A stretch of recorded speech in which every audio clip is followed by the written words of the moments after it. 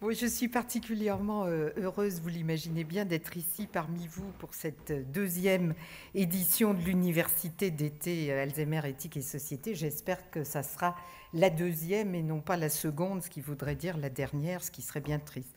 D'autant que je n'avais pu être présente ici l'an dernier et que tous ceux qui m'en ont parlé en revenaient enthousiasmés par ce temps de dialogue et de réflexion que j'ai ressenti dans leurs propos comme un véritable moment de grâce. Et je voudrais dire, nous qui sommes partenaires de cette manifestation, toute l'admiration que nous avons pour le professeur Emmanuel Hirsch et son équipe. Et d'ailleurs, il a toujours soin de rendre autant hommage à tous les professionnels, à son équipe.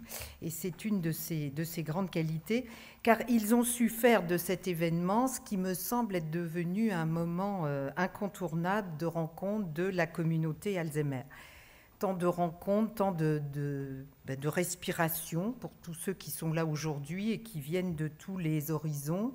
Et c'est vrai que souvent, les professionnels manquent de temps de réflexion pour échanger des points de vue, des expériences, pour savoir comment, Emmanuel l'a dit, vivre au quotidien avec la maladie d'Alzheimer, que l'on soit chercheur, aide-soignante, aidant familial, acteur associatif, décideur politique. Dans le fond, tout le monde se pose les mêmes questions.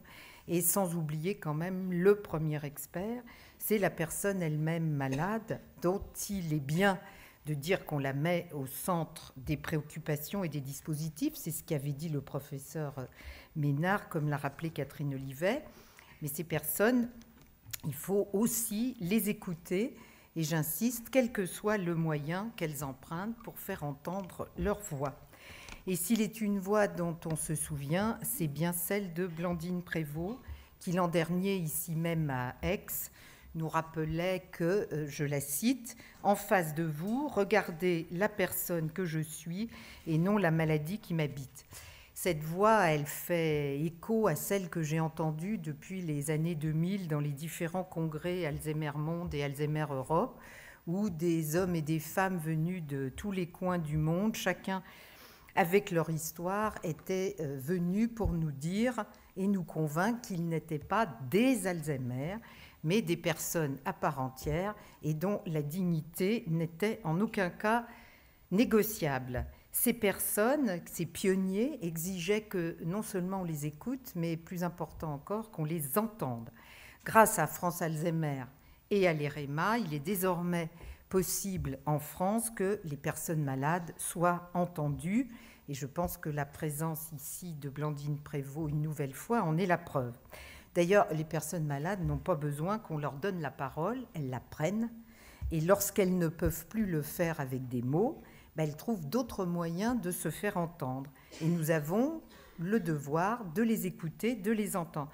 Vous le savez bien, vous qui vivez au quotidien avec des personnes malades, ce n'est pas toujours facile.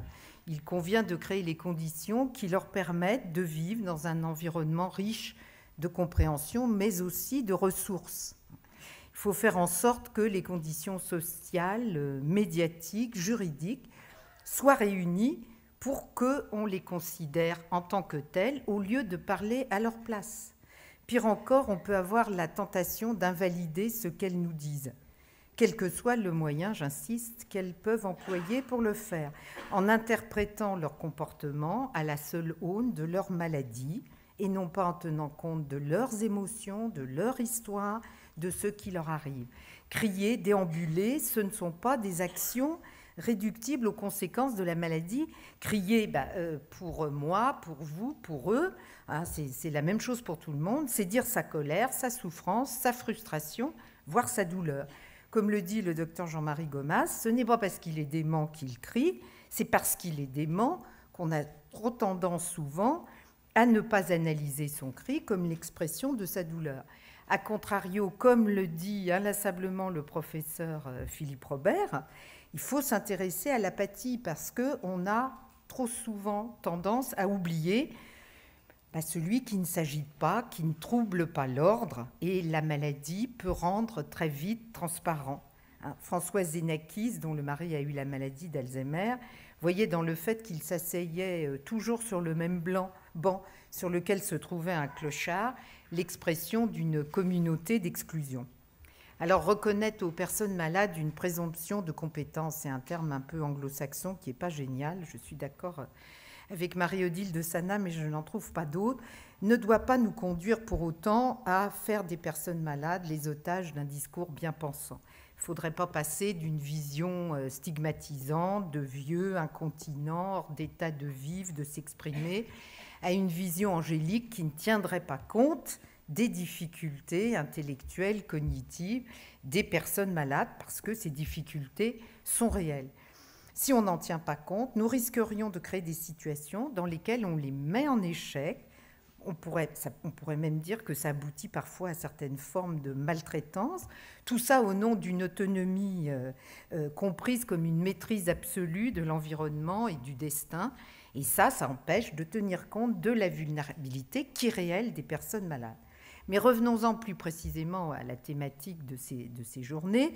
Après l'annonce, vivre au quotidien. Et bien sûr, la question de l'annonce, il en a été question hier lors de la journée de réflexion de l'association Alzheimer Ex que préside Marie-Odile de Sana. C'est effectivement une question importante et particulièrement évidemment dans le cadre d'une réflexion éthique, savoir, pas savoir, qui dit quoi, comment, quand.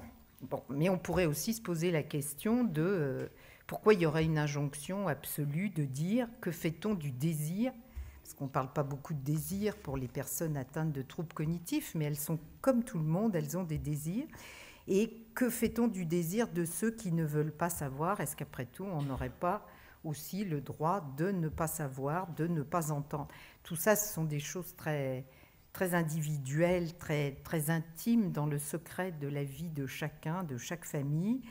Et alors, quand on ne peut pas répondre à une question éthique de manière théorique, il faut revenir dans le réel. Et le réel, c'est quoi? On l'a entendu hier dans cette réunion de Alzheimer Ex, les questions qui étaient posées par les personnes.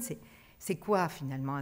Vous m'apprenez que j'ai une maladie qui va porter atteinte à l'image que les autres et moi-même auront de moi, et je sais qu'il n'existe pas de traitement. Alors qu'est-ce que je fais? Donc peut-être que la vraie question n'est pas quand, comment, mais qu'est-ce qu'on offre aux personnes pour qu'elles puissent vivre au quotidien avec une maladie qu'on vient de leur annoncer. Là encore, il n'y a pas de réponse théorique. On ne peut pas poser à tout le monde de jouer au bridge. Moi, si on me demande de jouer au bridge, je ne vais pas seulement devenir déambulante, mais je vais devenir violente. De faire des jeux, entre guillemets, pour entretenir sa mémoire, d'aller en accueil de jour, ou pire encore pour moi, ça serait d'aller faire de la marche en montagne. J'ai choisi exprès des exemples qui m'angoisseraient. Tout le monde n'en a pas envie. Bon. Mais ce qui est éthique, c'est de permettre de faire un choix, un vrai choix, et de créer les conditions de ce choix. Ça vaut pour le diagnostic, mais bien plus largement pour chaque instant de la vie. Et il ne faut pas se tromper de combat, il faut choisir ses priorités.